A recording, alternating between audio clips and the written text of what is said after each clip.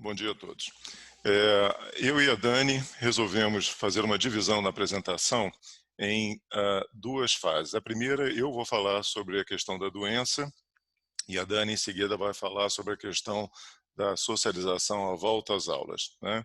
Então, eu fiz a divisão da apresentação nos aspectos gerais, epidemiologia, depois transmissão, prevenção, diagnóstico, a doença propriamente dita e a questão de tratamento e vacinação. Isso está sendo colocado em termos básicos para não médicos, tá? Os aspectos gerais, epidemiologia. Bom, como vocês podem ver nesse diagrama, vocês estão vendo aqui o vírus do SARS-CoV-2, que é um coronavírus. Coronavírus já está conosco há muitas décadas, já reconhecido, e ele é um vírus zoonótico, ou seja, ele veio dos animais e cruzou espécies e veio acometer o ser humano, né? Como vocês podem ver no topo à direita, essa é uma fotografia de microscopia eletrônica mostrando que ele tem essas pontas, daí o nome corona, que é coroa, né? Então, ele precisa ter um receptor na célula para ele se agregar e ser literalmente absorvido pela célula.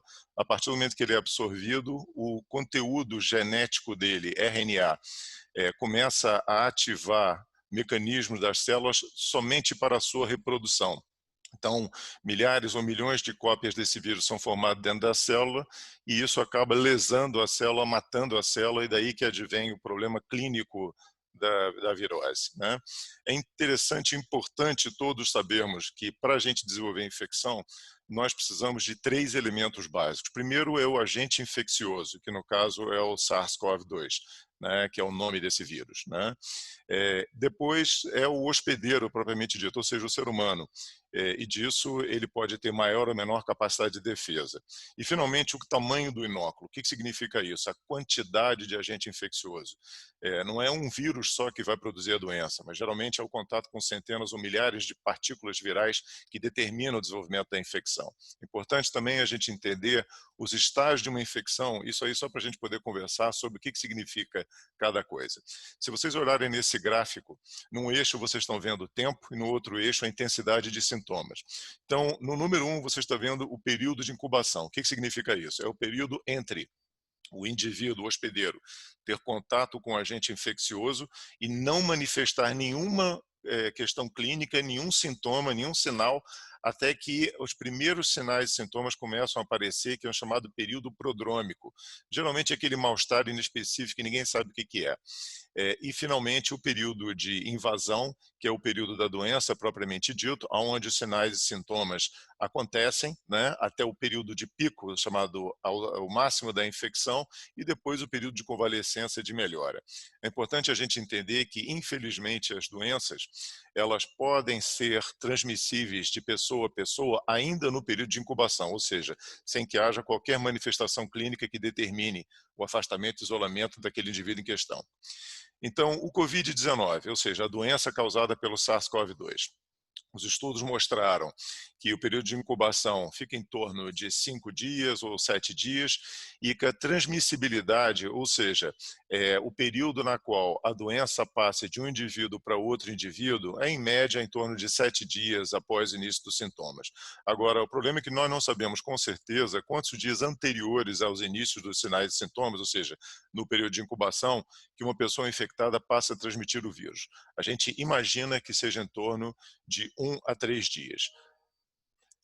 Quão contagioso e mortal é a infecção? Esse gráfico, que foi feito a partir dos dados do CDC norte-americano e da Organização Mundial de Saúde, mostram o destaque do Covid-19, tá? Então, no eixo você tem a média de infectividade de uma pessoa infectada para cada pessoa doente e no outro eixo você vê o percentual de mortalidade, ou seja, a taxa de fatalidade. Então, o COVID, ele tem uma infectiosidade de 1,5 a 3,5, ou seja, uma pessoa poderia contagiar uma pessoa e meia ou 3 pessoas e meia. Aqui no Rio chegou um determinado momento que imagina-se que ficou entre 6 a 7 pessoas, você tem uma ideia da infectividade desse vírus, da capacidade de infectividade dele, e a taxa de fatalidade em torno de 0,7 a 3,4, sendo que em alguns lugares chegou facilmente em torno de 10%. Olha, para vocês compararem o Ebola, que mata 50% dos pacientes acometidos, e o SARS, que foi o primo do coronavírus, né, também, que matou cerca de 10% das pessoas que acometeu. E para vocês terem uma referência do sarampo, uma infectividade absurda, uma pessoa infectando 9 ou 10 outros, tá? Mas com uma mortalidade baixa, em torno de 1%. Tá? Então, esse gráfico eu achei muito interessante, a Organização Mundial de Saúde, tá? Que vocês veem em janeiro, particularmente no dia 11 de janeiro, aonde estava a doença. Né? Lembrando, essa doença foi anunciada à Organização Mundial de Saúde no dia 31 de dezembro de 2019. O vírus foi identificado como o SARS-CoV-2, o novo coronavírus, no dia 7 de janeiro desse ano. Então, no dia 11 de janeiro, tinha caso na Coreia, caso na China. Então, vamos devagar vendo o que aconteceu desde então. Fevereiro, março, abril, maio e junho. Então, realmente, essa pandemia tornou proporções nunca antes vistas com tanta rapidez, né? E, obviamente, a gente estava aqui achando que não ia chegar e ela chegou com muita força, infelizmente, né? Para a gente entender o nosso conhecimento e a evolução das coisas, a mortalidade por dia, né, no mundo inteiro, vocês estão vendo no dia 9 de março de 2020, de novo, dados do CDC, da Organização Mundial de Saúde, você vê em destaque o Covid à esquerda, tá?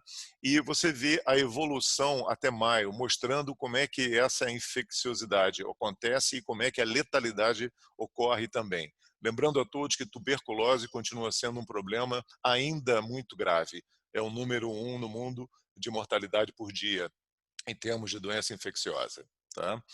Então, se a gente puder pegar um gráfico, e eu peguei isso no dia 3 de junho, né, o número de casos de coronavírus no mundo inteiro, já comprovado, 6 milhões, vocês estão vendo o gráfico, tá? O número de morte, tá? E o número de mortes por dia no gráfico à direita embaixo, mostrando já uma queda, né? Ou seja, o número de mortes dia tem reduzido.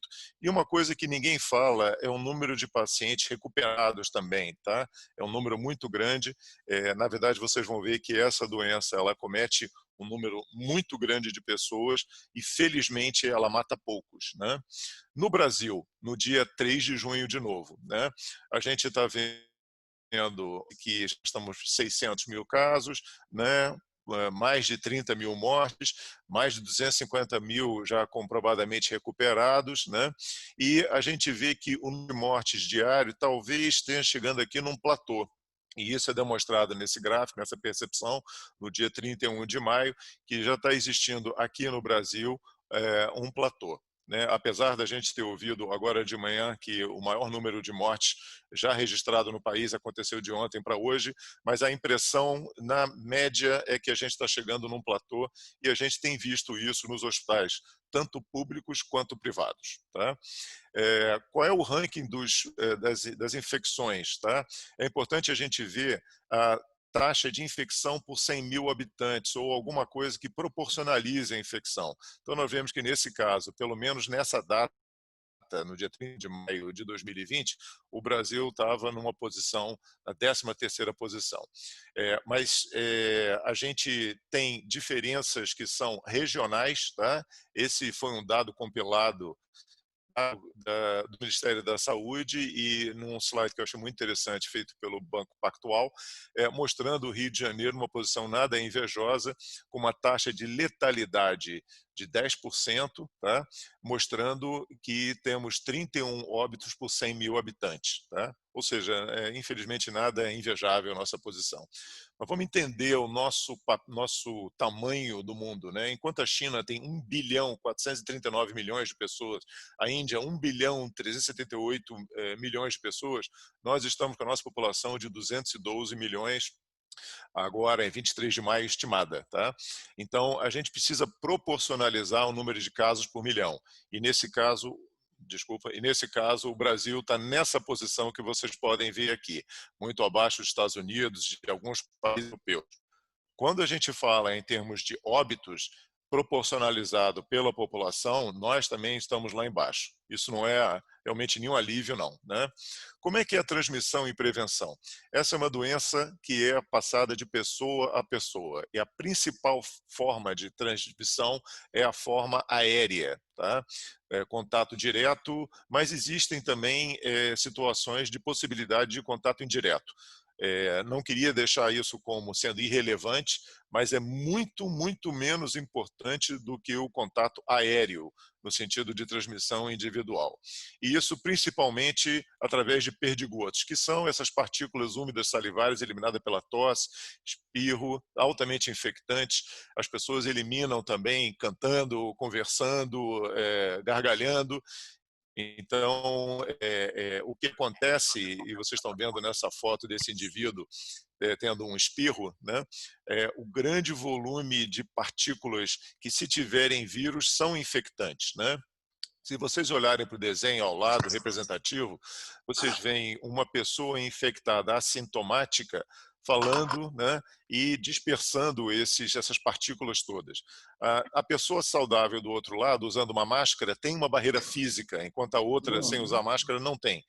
Se você tiver essa pessoa infectada usando alguma máscara, daí a ideia de que todo mundo tem uma máscara de tecido, utilizando mesmo se não tiver nenhum sintoma, a gente vai ter uma densidade de partículas infectantes muito menor, com menor risco de transmissibilidade, né?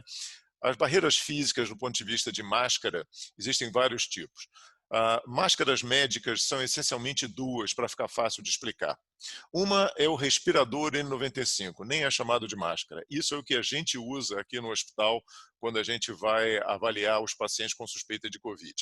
Essa máscara, na verdade, na faculdade eu aprendi a usar ela porque ela foi testada individualmente em cada um de nós para que a gente pudesse fazer um selamento da nossa face com ela, aprender a usar isso. Ela filtra 95% do material particulado das gotículas que possam estar flutuando ao nosso redor. E ela é muito efetiva contra um vírus do tamanho do coronavírus. A outra máscara, que é a chamada máscara cirúrgica, que é a mesma máscara que os cirurgiões, os anestesistas, todos que ficam no centro cirúrgico utilizam, ela é suficiente para bloquear aproximadamente 75% dessas partículas infectantes, tá? Mas essas são máscaras médicas. O que o povo tem para seu uso é a chamada máscara de pano. Essa máscara de pano, ela tem uma eficácia em torno de 25 a 30% relacionado a partículas infectantes. Mas o principal uso dela, na verdade, são para pessoas assintomáticas que poderiam estar carregando o vírus, para impedir que elas tenham uma transmissibilidade disso. Contra a infectividade, a gente tem a precaução de aerosol, né, que a gente está exemplificando aqui, que é importante, higienização de mãos, quarto privativo, etc. E as precauções padrão que existem em hospital, isso aqui é feito visando, na verdade, uma redução de transmissibilidade hospitalar, tá?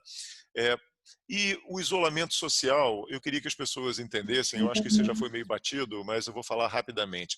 Por que é que a gente falou para todo mundo ficar em casa nesse período todo e a grande discussão de liberação agora?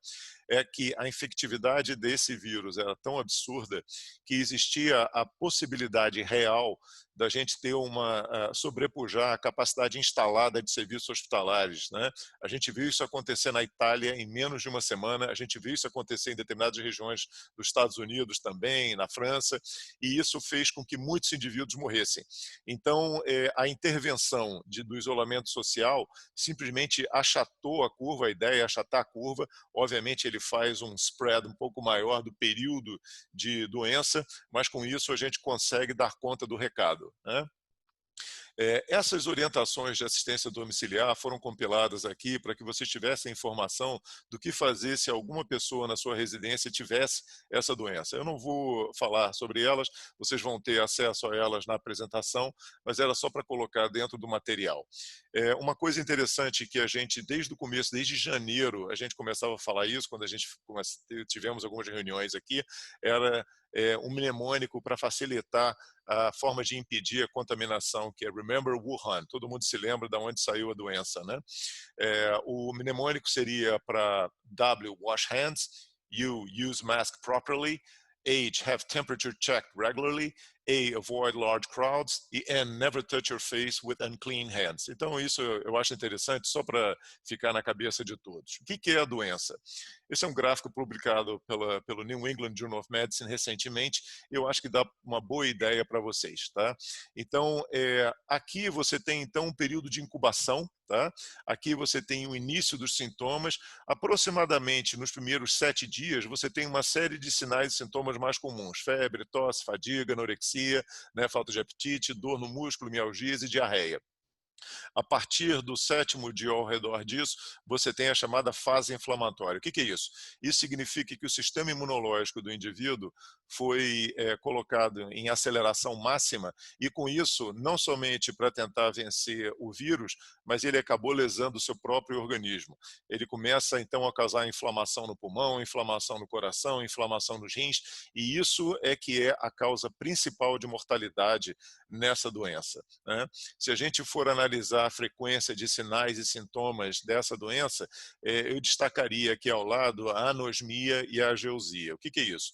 Isso é a falta de olfato, anosmia, e a falta de paladar, ageusia. A gente vê isso no percentual substancial de de doentes. Isso daí não é uma prerrogativa única dessa infecção, outras viroses podem acometer, mas uma coisa importante é, na ausência de congestão nasal, a presença de anosmia e ageusia é extremamente sugestivo de estarmos lidando com uma infecção pelo SARS-CoV-2. Tá?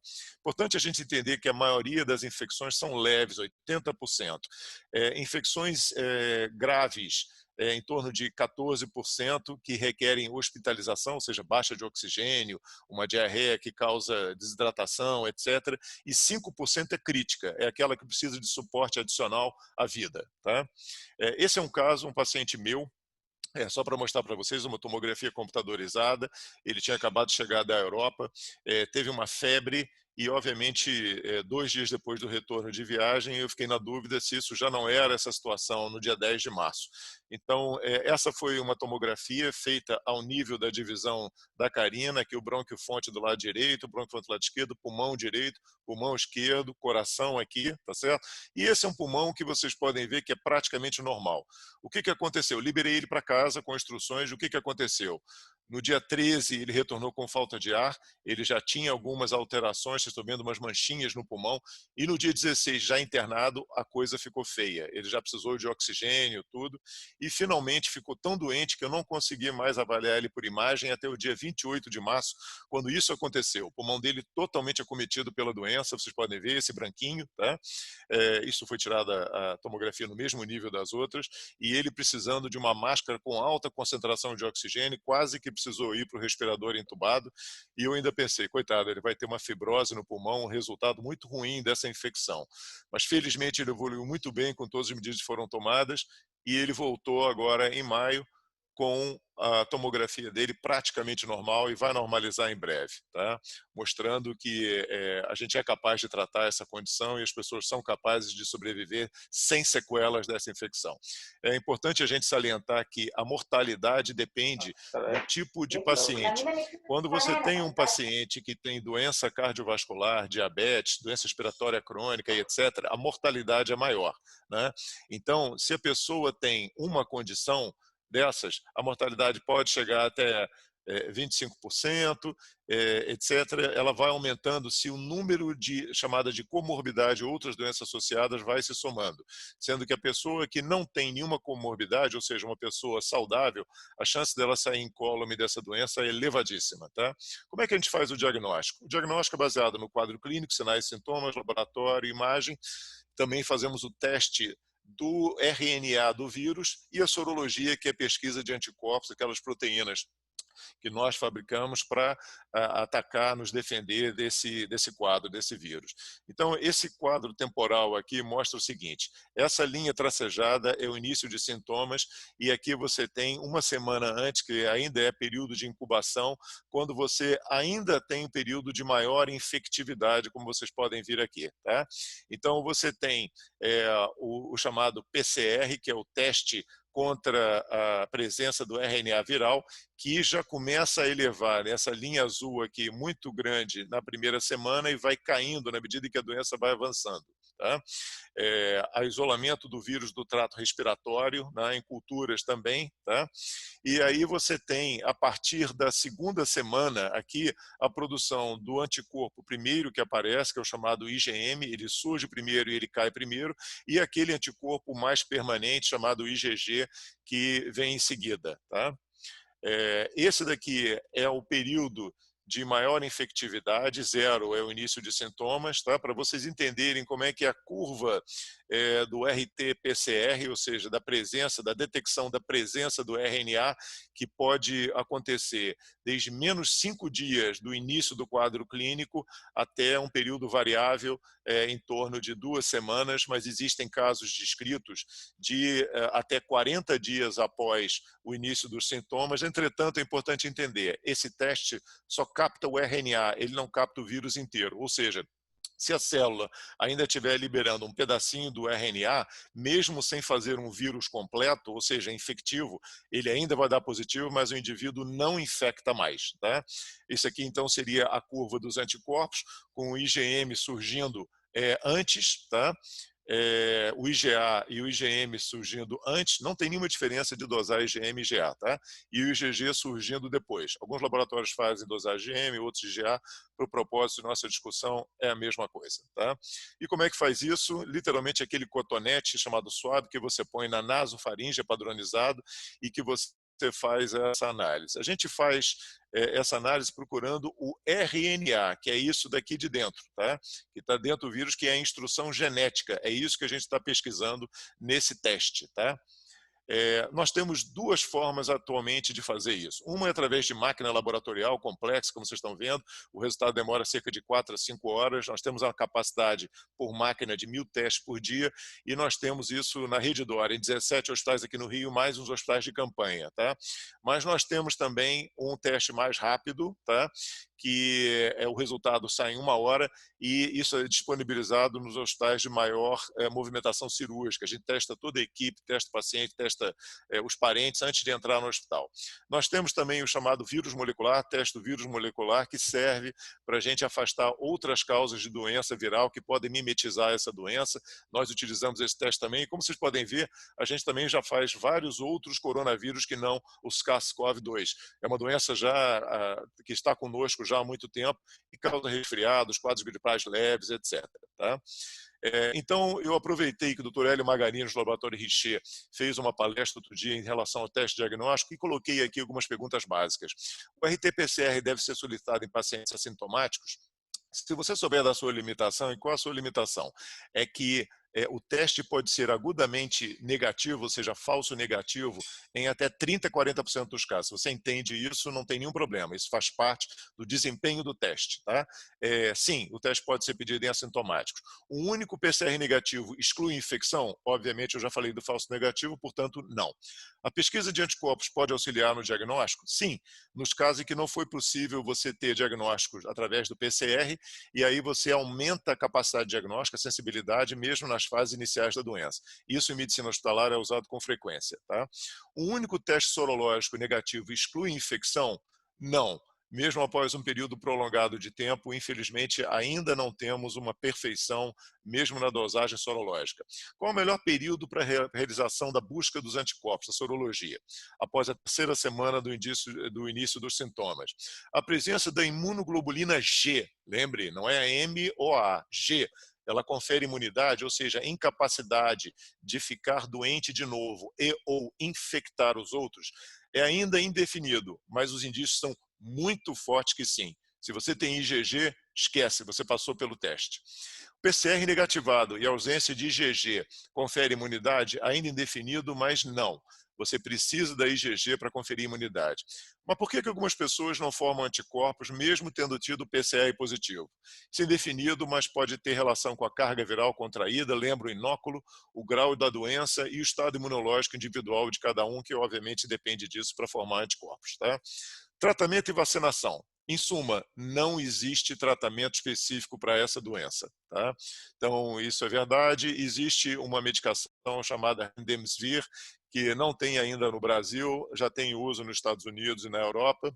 É uma medicação que, mesmo em pacientes graves, ela só conseguiu reduzir em poucos dias a internação, o tempo de internação desses pacientes, mesmo assim naqueles pacientes gravemente enfermos, mas ela não reduziu mortalidade.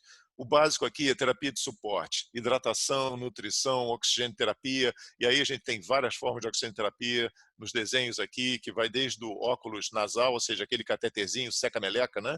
A máscara de oxigênio, ao oxigênio em alto fluxo, ao oxigênio sobre máscara e pressão positiva, e finalmente a intubação endotraqueal no CTI, né? Que é necessário nesses casos. É importante evitar complicações. O que são complicações? Tromboses, infecções secundárias, tratar intercorrência, desidratação, etc. E existe ainda uma tentativa de utilização de plasma convalescente, ou seja, imunidade passiva. Alguém que já tenha tido a infecção fez uma resposta de anticorpos muito importante, você então retira esse plasma, ou seja, a fração líquida do sangue, e você dá naquela pessoa que está na fase inicial da doença, que tem alto risco de mortalidade. Isso, recentemente, um artigo que saiu nessa semana avaliando uma experiência da China e que os resultados não foram tão promissores quanto a gente esperava. Em suma, tem muita coisa por vir ainda. Tá? E o que é a imunidade de manada? Né? O que significa isso? Significa que o vírus entrando numa comunidade, ele pode encontrar tanta gente já imune que ele não vai conseguir ir para lugar nenhum, ele não vai infectar ninguém. Então, você vê que a estimativa é que se você tiver 60% a 70% da população imunizada, ou direta através da infecção, ou indireta por vacinação, a infecção não consegue ir para lugar nenhum e efetivamente ela morre. Mas olha só que loucura que nós estamos no momento de maio, final de maio de 2020, na cidade de Nova York. Só em torno de 20% tem anticorpo, Londres 17,5%, Madrid 11,3%, Wuhan 10%, ou seja, infelizmente ainda muito longe de 60%. O que eu quero dizer com isso? Se a vacina não chegar, ainda tem muito tempo convivendo com essa doença. E a vacina, o que a gente fala? Só para falar rapidamente para vocês, existem várias formas de você desenvolver vacina, né? Então aqui está o vírus inteiro e você pode ter uma vacina da parte genômica do vírus, da parte da superfície, um vírus atenuado, mais fraco, etc, etc.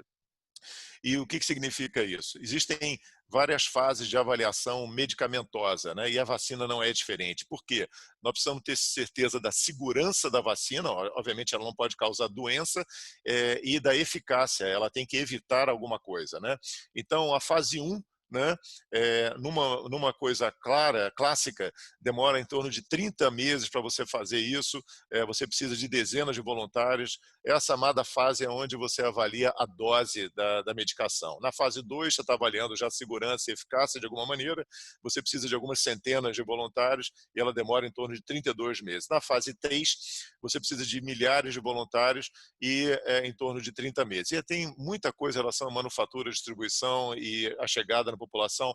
Resumo, isso aqui dá em torno de 10 anos de uma vacina clássica para chegar.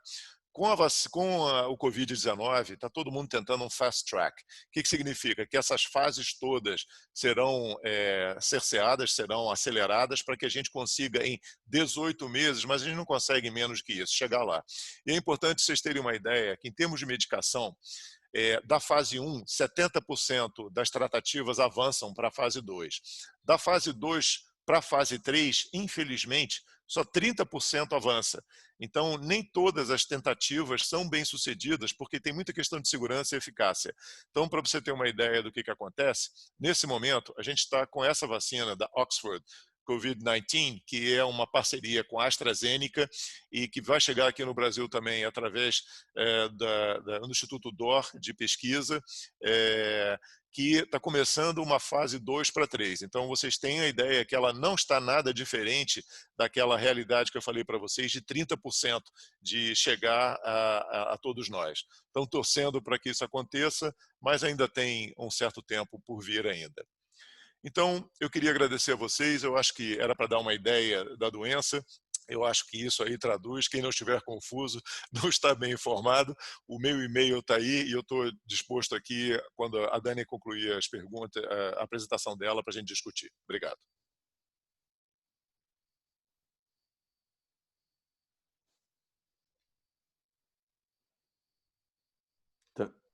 Dani, a bola está com você.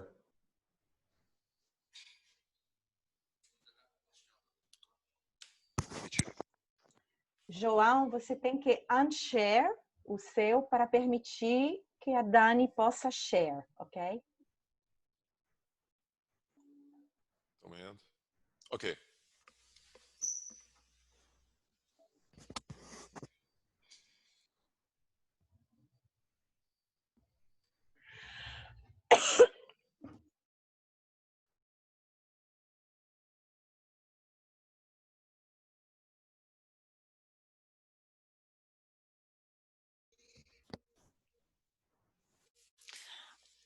Bom dia a todos. O meu objetivo é passar algumas sugestões de estratégias de retorno às atividades escolares, pautadas em documentos atuais e experiências de outros países. Como o Pantoja já falou, conceitualmente, a partir do momento que a gente descobre a forma que se transmite um determinado patógeno, em tese fica mais fácil a gente estabelecer a prevenção. O grande desafio, no momento, está nessa adaptação, né, desses conceitos médicos que a gente tem e para a gente tentar readaptar, né, adaptar, melhor dizendo, para o público infanto-juvenil. A aula não...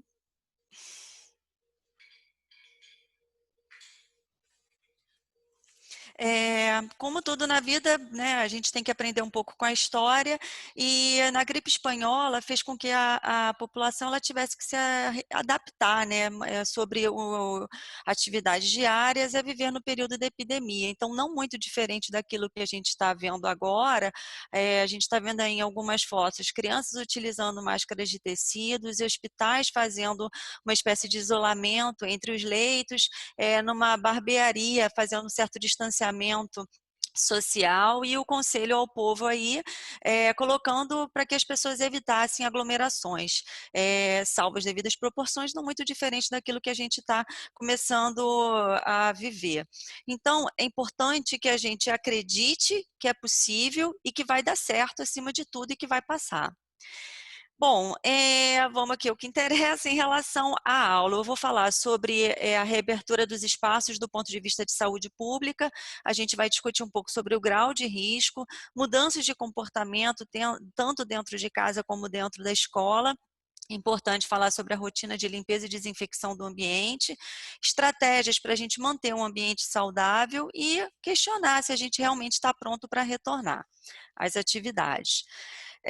O conceito de reabertura de espaço público no município do Rio, ele é dividido em fases, e a decisão foi pautada em indicadores como capacidade de leitos de terapia intensiva, mais nível de transmissão. O nível de transmissão, ele é subdividido em variação de óbitos, variação de novos casos e aumento de casos internados. Então, são indicadores numéricos. E para a gente partir de uma fase, a fase 1 para a fase 2, esses indicadores eles têm que estar dentro de um limite aceitável, que já foi previamente estabelecido, para que a gente tenha a possibilidade de passar de fase. Cada fase vai ter uma duração de 15 dias, a fase 1 ela foi iniciada no dia 2 de junho. Em relação à educação, a questão das escolas, que a gente vai se encontrar na fase 3, e o que na fase 3 ficou estabelecido é que crianças a partir de 2 anos de idade, a gente vai poder começar a abrir as creches e as escolas também entre 5º e 9º ano, e ainda sob um sistema de rodízio.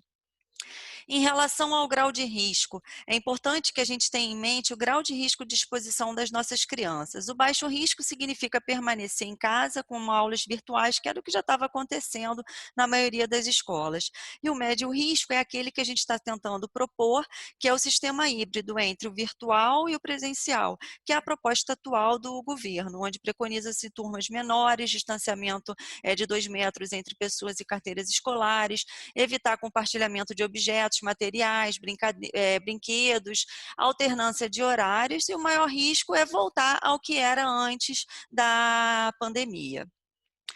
Isso aqui é só para a gente poder ilustrar como é que está sendo a realidade em outros países. Então, numa escola na Bélgica, no pátio da escola, fizeram uma espécie de colmeia com um ponto no centro para que os alunos maiores eles tenham possibilidade de conversar, brincar, tentar se aproximar dentro de um contexto mínimo de normalidade.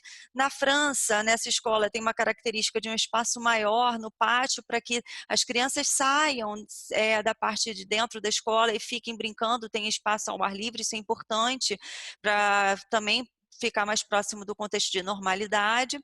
Na China, eles deram uma ideia de colocar um chapeuzinho com um distanciamento, utilizando um pouco aquilo que na dinastia Song eles fizeram com esse chapeuzinho, que na realidade, na época, na dinastia Song, o objetivo era que as pessoas não ficassem próximas às outras para evitar falar ao pé do ouvido, não era por uma questão de transmissão de doença. Só que na China isso deu certo, mas por uma questão cultural. Mas se a gente for ver em Portugal, também isso foi colocado e houve uma série de questionamentos em cima dessa ideia. Então, cada país vai ter uma peculiaridade. A Alemanha, eles fizeram pontinhos no chão para poder as pessoas terem noção sobre o distanciamento que cada um tem que ter. É importante saber sobre as mudanças de comportamento. A mudança de comportamento ela vai ter que ocorrer em todas as esferas, tanto dentro da escola, mas principalmente dentro de casa. É o que a gente sempre fala, né? As crianças, elas copiam tudo que a gente faz. Então, é importante que a gente sempre dê o bom exemplo e que nós fiquemos atentos em relação às nossas boas práticas de higiene. Então, antes de sentar à mesa, lembrar de higienizar as mãos, chamar a atenção das crianças nesse sentido, porque elas vão ser cobradas na escola em relação a esse tipo de cuidado. E a gente tem que, funcionários, pais e alunos devem ter o conhecimento que na presença de sinais e sintomas, elas têm que ficar em casa, então é importante que todos saibam quais são os sinais e sintomas, não só o médico, mas professores, funcionários, as crianças têm que saber quais são os principais sintomas para poder informar. Em relação ao absenteísmo, a escola, obviamente, não vai ter que utilizar essa como uma forma de avaliação, pelo contrário, a gente tem que entender por que aquela criança está faltando, assim como o funcionário também. A gente tem que ser proativo em relação a descobrir o motivo pelo qual tanto a criança quanto o funcionário, eles acabaram não participando. Usar critérios bem definidos quando retornar às atividades escolares. É importante que a gente tenha sempre o médico da nossa confiança, sempre junto, e a gente tem critérios muito bem definidos no Ministério da Saúde, acessíveis, inclusive, para saber qual é o momento que a gente pode retornar. E fundamental, a higienização das mãos e etiqueta respiratória, que eu vou falar mais à frente, e a utilização de máscara de tecido, também vou falar um pouquinho mais nos próximos slides. As informações, elas têm que ser passadas continuamente. Não adianta a gente dar uma aula, a gente tem que ser muito criativo nesse momento, seja através de vídeo, brincadeiras, elaboração de cartazes, criação de broadcasts, para que a gente tente disseminar de várias formas questões relacionadas à etiqueta respiratória, sintomas sobre o coronavírus que eu tinha falado anteriormente, principalmente higienização das mãos. A higienização das mãos é importante que a gente saiba quais são os principais momentos que a gente tem que higienizar e também a técnica adequada. Como é que a gente pode fazer isso? Então, isso aqui é um exemplo do que a gente faz. A gente também brinca dentro do hospital para poder fazer com que os nossos médicos, nossos enfermeiros, técnicos de enfermagem sempre saibam que a higienização das mãos é a principal forma que a gente tem de prevenir infecção. Então, o primeiro passo é treinar, sempre de uma forma divertida. O segundo passo é aplicar.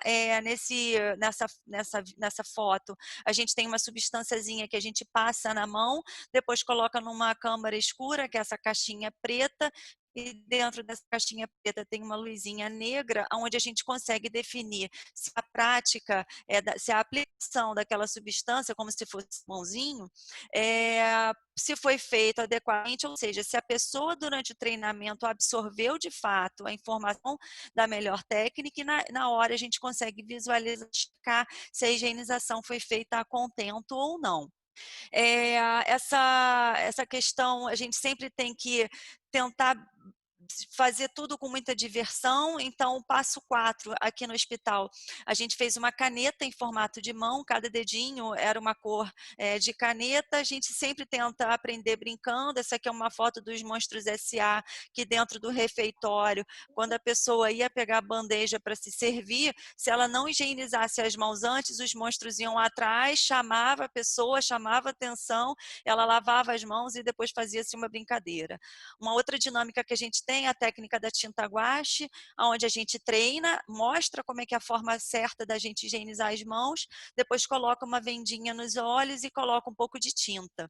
Se a mão tiver uma partezinha sem tinta, a gente mostra para a pessoa que ela não higienizou todas as áreas, toda a superfície da mão. Então, são formas divertidas que a gente tem para poder tentar colocar, né, inserir na cabeça das crianças e conscientizar o quão importante é essa prática. É muito importante o monitoramento da higienização das mãos. Isso aqui é um documento que foi elaborado há alguns anos atrás na Organização Mundial de Saúde. A gente utiliza esse monitoramento dentro do hospital, onde nós criamos um time de higienização das mãos, e esse time faz o seguinte: ele avalia, fica vendo passivamente se o colega, se o profissional, ao entrar dentro do leito do paciente, ele higienizou as mãos antes e higienizou depois. Então, a gente pode tentar fazer isso na escola. A gente cria um modelo, um exemplo, antes das refeições, a criança ela higienizou as mãos, o funcionário higienizou, e a gente criar indicadores em cima disso. O interessante do monitoramento é que depois a gente consegue treinar exatamente o grupo que está dando o maior problema. Então, será que a gente tem que mudar o nosso discurso? Será que tem que mudar a metodologia de treinamento? Então, é um modelo interessante que a gente pode fazer uma adaptação dentro das escolas. Em relação às máscaras de tecido, não é recomendado o uso de máscaras em crianças menores de 2 anos de idade. Também não é recomendado o uso dessas máscaras com pessoas que tenham dificuldade de removê-las quando necessário e que não tenham assistência ao lado.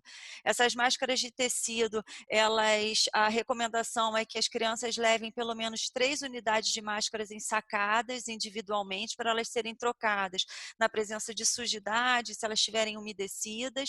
E é muito importante que, além de utilizar a máscara, a gente passe o conceito para essa criança. Por que essa criança, por que eu estou precisando usar a máscara? Então, que é o conceito de evitar a transmissão. Na realidade, conceitualmente, a máscara de tecido, o objetivo principal é que nós não realizemos a transmissão, a gente vai estar protegendo o nosso amiguinho.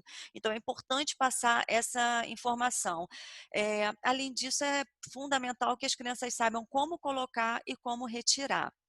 Isso aqui são algumas sugestões de máscaras que tem um documento bem interessante que saiu recentemente na Sociedade Brasileira de Pediatria. Essa é uma máscara que você consegue ver a mímica facial, então é interessante para crianças pequenas, crianças que tenham dificuldade no aprendizado.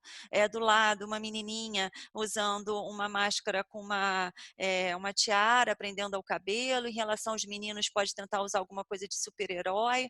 Essa face shield já é utilizada em crianças menores em função da impossibilidade de utilização de máscara de tecido. Em relação à limpeza e desinfecção do ambiente, qualquer processo que a gente defina, antes de tudo, tem que planejar, implementar e revisar. A gente está muito dentro do ambiente hospitalar, as práticas de limpeza e desinfecção, elas seguem regras muito bem definidas, seja na realização da técnica correta, quanto à escolha do produto, conforme o tipo de superfície, a área, o micro-organismo que a gente quer atacar, né, quer tentar utilizar. Então, existe um produto específico e, como tudo na vida, planejar, implementar e revisar é a melhor estratégia para que um processo dê certo. Então, planejar, determinar o que precisa ser limpo e o que precisa ser desinfetado, conceitualmente existe uma diferença muito grande entre essas duas informações. A gente tem que avaliar se tem necessidade de ter algum recurso adicional, implementar, usar produtos e equipamentos apropriados para limpeza e desinfecção, fundamental que cada produto siga-se a recomendação do fabricante, revisar, monitorar, validar se aquela técnica aplicada ela foi feita a contento. Dentro do hospital, a gente faz um cronograma, onde a gente define a área quente como sendo a área mais infectada e a área fria menos infectada. A gente não só define a área quente como a área fria, mas também define cada objeto, cada item que tem que ser higienizado para que isso não caia no esquecimento. Então, dentro da sala de aula, a gente vai ter o ar-condicionado, o quadro negro, a carteira, a porta, a maçaneta. Então, isso tem que ser discriminado e colocar um número de vezes que essa higienização ela vai ter que acontecer. Lógico que quanto mais contaminado a área for, maior será o número de vezes que esse local tem que ser higienizado. Fundamental, então, que a gente tenha um checklist pré-higienização e um checklist pós-higienização. Mais uma vez, tentando fazer uma avaliação dentro do ambiente hospitalar, e que isso é muito comum a gente fazer, ao término de uma higienização do ambiente, a gente chama o chefe do setor, e esse chefe do setor tem um checklist, e ele vai lá ponto a ponto para poder ver se aquela área foi devidamente higienizada ou não. Se houve alguma falha, chama-se o profissional responsável pelo trabalho, e ele vai ter que realizar uma nova higienização do ambiente. Além disso, existem aparelhos específicos que a gente consegue, um cotonete, a gente consegue passar no ambiente para poder quantificar a carga microbiana, o grau de sujidade que aquele ambiente tem antes da limpeza e pós-limpeza. Então, são ideias que a gente tem dentro do ambiente hospitalar e que a gente pode tentar utilizar no ambiente escolar. Em relação aos sanitários, a gente sabe que é uma área quente, a gente tem que se certificar de que é uma área de maior contato, que tem que ser constantemente higienizada, treinar maciçamente sobre a higienização das mãos nesse local e, preferencialmente, optar por torneiras e dispensers de sabão sem acionamento manual. Uma outra visão que a gente não pode esquecer, saindo um pouco da esfera escolar e tanto chegando na escola como indo embora, os motoristas e os monitores, né, que a gente tem os ajudantes dentro das vans e dos ônibus escolares. Eles obrigatoriamente têm que ser orientados, têm que ser treinados sobre práticas de higiene, limitar sempre que possível o número de contatos próximos, limitar o número de escolares por veículo, tem que usar máscara de tecido, então é fundamental que eles sejam informados que eles têm que utilizar a máscara, não é para retirar, não é para botar embaixo do nariz, não é para ficar tocando a máscara o tempo inteiro, e nós temos que cobrar a questão da higienização interna desse veículo. Outras estratégias fundamentais é desencorajar a troca de brinquedos, de iPad, eletrônicos. Existem determinados produtos específicos para a gente poder limpar a tela, por exemplo, de um iPad, de uma tela de computador. Uma sugestão seria montar kits individuais de material escolar para que a criança não peça a borracha, a caneta, o lápis de cor emprestado para o amiguinho. E uma frasqueira, tentar fazer com que as crianças levem a sua própria água para evitar que elas toquem o bebedouro. Então, tanto no lábio quanto na mão, quanto menor for o contato dessas crianças, dessas áreas que sejam compartilhadas, menor o risco que a gente vai poder oferecer para elas. Preferencialmente, as salas de aula elas têm que estar com as janelas abertas. Lá fora, apesar que de alguns países a gente vê que são áreas mais frias, mas eles pedem para que as crianças fiquem mais agasalhadas e nem por isso eles deixam de abrir as suas janelas. Estabelecer rotinas de limpeza de áreas comuns como playgrounds, então a gente tem que diminuir o número de crianças, não é proibir, mas criar uma estratégia de que elas continuem tentando ter uma próximo da normalidade, mas sempre higienizando e uma redução do número de crianças nessas áreas comuns.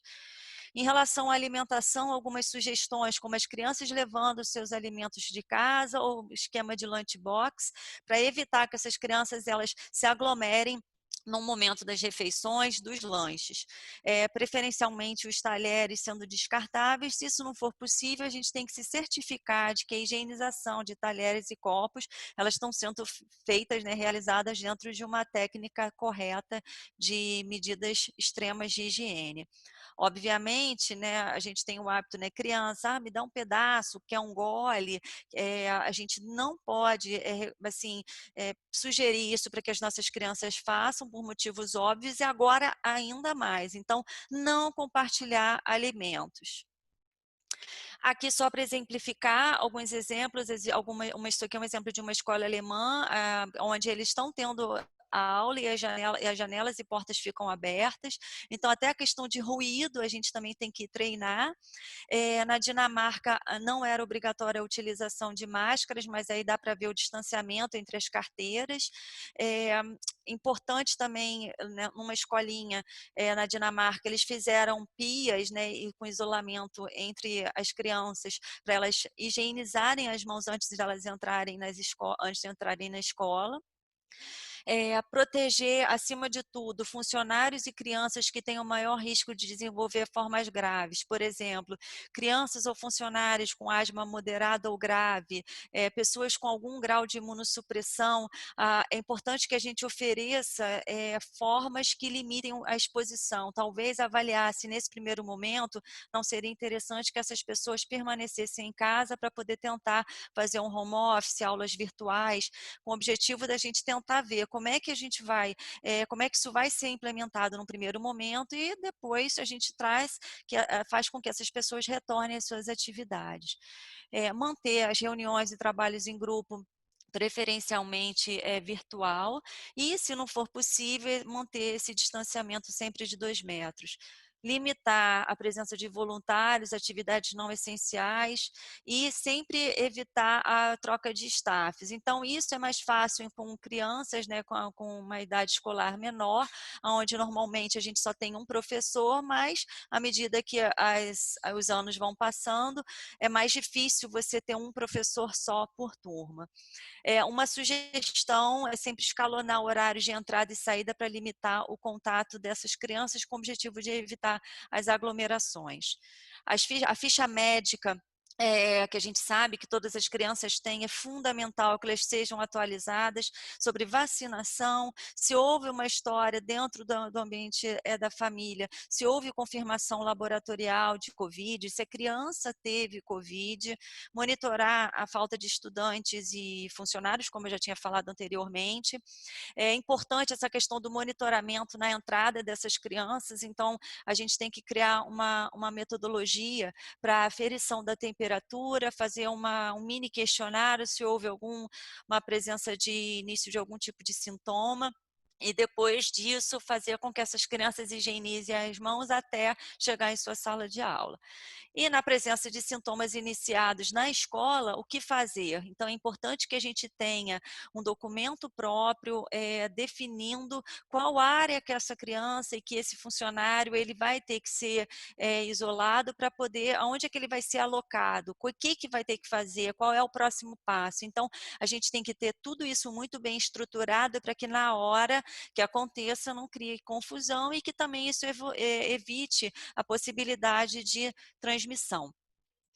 Isso aqui é esse slide eu peguei do CDC norte-americano, e ele fez um algoritmo de tomada de decisão, onde todos os questionamentos eles têm que estar ok para que essa escola seja definida como apta para abrir. Então, eu vou falar rapidamente algumas coisas que eles colocaram como sendo importantes, como estamos em concordância com a legislação vigente, a escola está preparada para proteger as crianças e funcionários, a escola colocou um screening de estudantes e funcionários na entrada, está sendo promovido práticas de higiene das mãos, o uso de máscaras de tecido a gente tem recomendado, está sendo utilizado. Como é que está essa situação de limpeza e desinfecção? Está sendo intensificada? E o distanciamento social, um exemplo das carteiras. Existe um planejamento no caso da presença de escolares e funcionários que tenham ficado doentes dentro da escola? Como é que está sendo feita a comunicação entre a escola e os pais?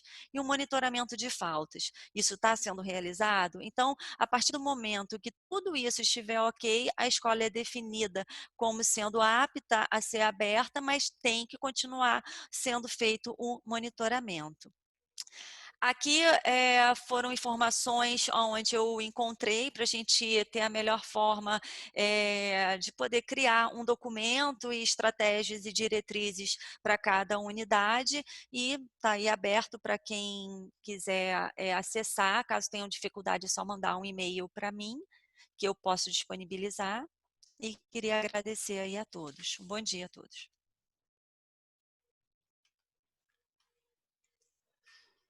Bom dia, obrigado, Dani, obrigado, João. Tem alguém que não... Desculpe, gente, tem alguém ainda aberto aí. Vamos para as perguntas. Primeiro, muito obrigado, acho que foi muito esclarecedor. Foi muito esclarecedor, João. Eu acho que você trouxe, dentro do possível, para uma situação tão complexa, muita informação que permite a gente se guiar nesse mundo que vocês mesmos, especialistas, a cada dia descobrem uma característica nova. Então, vamos para algumas perguntas aí que se referem ao que você falou. O PCR positivo com IgG positivo, esse indivíduo pode ser veículo? Atualmente, e aí diga-se de passagem, dia 5 de junho de 2020, tá? Não, esse indivíduo não é mais infectante. A determinação do PCR, é importante entender que se refere atualmente à presença do RNA viral, ou seja, algumas sequências de oligonucleotídeos naquele RNA. É isso que o teste faz.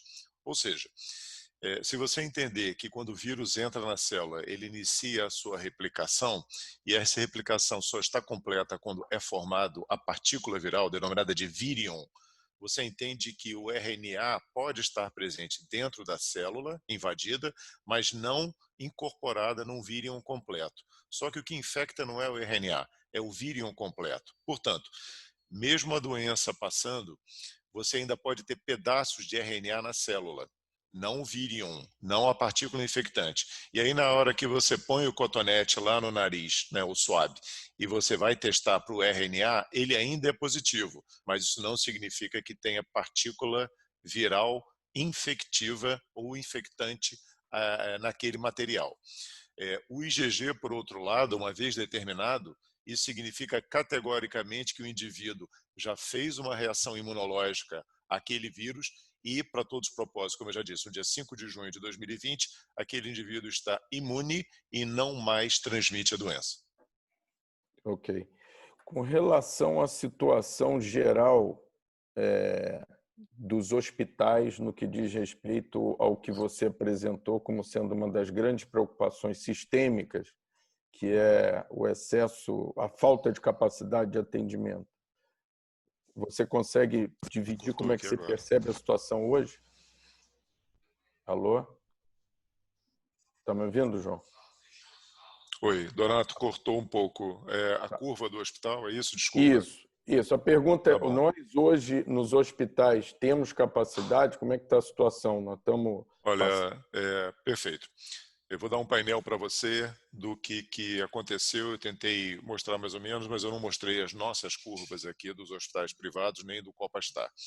Em determinado momento, em abril, a gente pensou que haveria um colapsamento. A gente pensou que, infelizmente, a gente não conseguiria ter atingido aquele achatamento, como eu mostrei em determinado gráfico, né?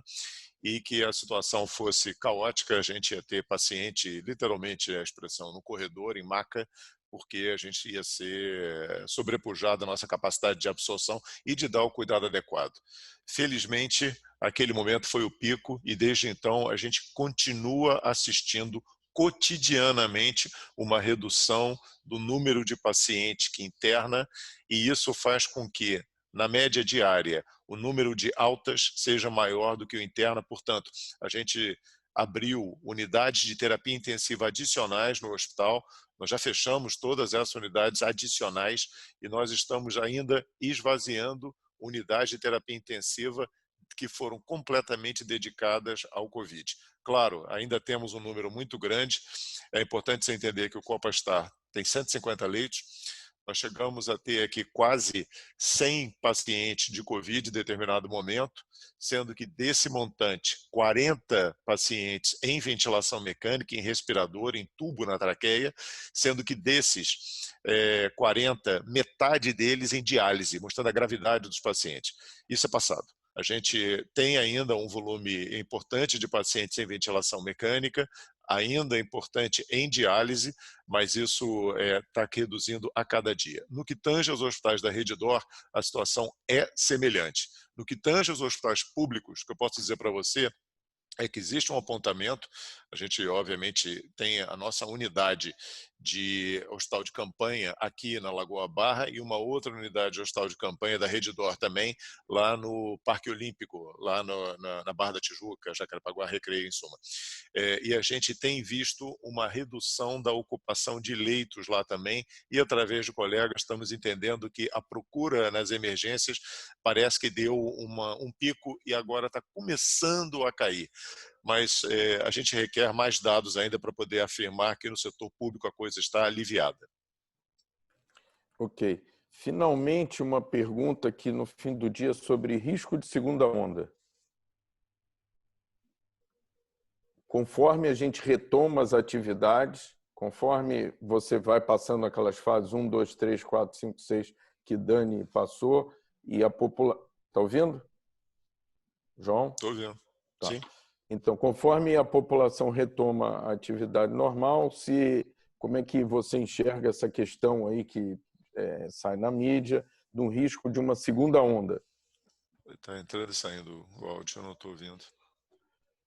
A pergunta é sobre o risco da segunda onda. Olha só, entendo. Eu posso falar uma coisa e a Dani pode complementar. A Dani não está ouvindo, né? Tá bom.